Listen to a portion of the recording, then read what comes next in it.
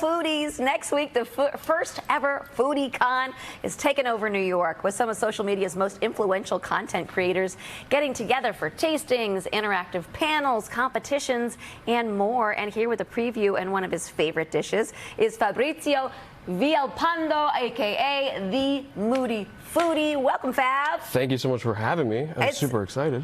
It's fabulous to have you here, Fab.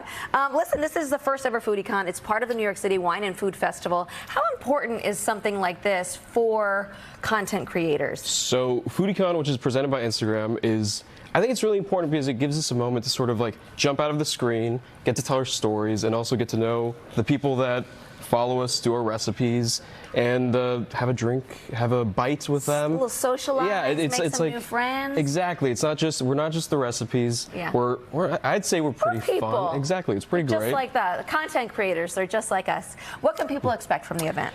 So it's going to be a bunch of fun panels and being able to interact with the people that you've made the recipes, and it also benefits God's Love We Deliver, which is a fantastic charity. So you get to have fun, feel good, but also do something that is good. And eat some good food. Exactly. Yeah, I mean, that's like the perfect combination. And we're going to eat some good food today. Yes. You're going to make this tuna salad from canned tuna. I love tuna salad, but this is like one of the reasons that you started cooking in the first place, right? Canned tuna is just this very special place in my heart.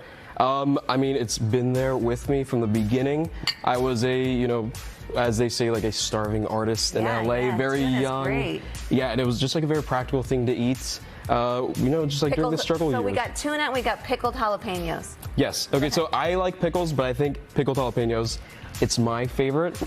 It goes with all these flavors that you're working with today, and these, let me just tell you, are like my favorite flavors. So you've got jicama there, and you were telling me like apple is a little too sweet. Jicama is like just the right amount. And it gives you that bite that you like, right? It's a nice crunch. It's fresh. Exactly. And so tuna, the way that I like to think of it is like a blank canvas. Yeah. Which I think is what really helped me in terms of like learning how to cook, is playing with textures, flavors. You have your spice. You have this. I like mayo. You've got your herbs. So you just put cilantro, I'm guessing. Yes. Cilantro and corn. So instead of dill, which is more traditional in a tuna salad, I like cilantro. I just like it. I prefer it. I'm a lover of cilantro, and cilantro is like a love-or-hate kind of thing. Like, it's very polarized. Exactly. But like if you don't like cilantro, again with cooking, if you don't like cilantro, use parsley. Parsley, chopped lettuce, something green, something bright and refreshing. Yeah. So you told me that you don't like spice too much. No, I mean I just enough to flavor it, but I don't like it to overrule what I'm. True. We'll do just a little bit of chili oil. Do it. I love it.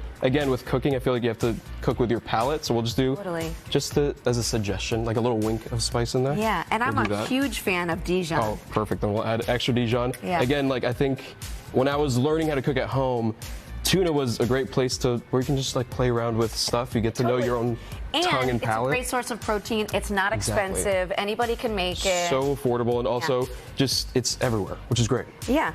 And you've got scallions here. What do you like to serve this with? Just like a crispy tortilla? So I grew up in a Latin household, and I like a tostada, but you can do it on toast, crackers, whatever it is that you have. Yeah. Again, like all these things can be so substituted. It's the best part. Yeah, whatever you've got in your pantry that serves as a... Scallions, yeah. I love scallions.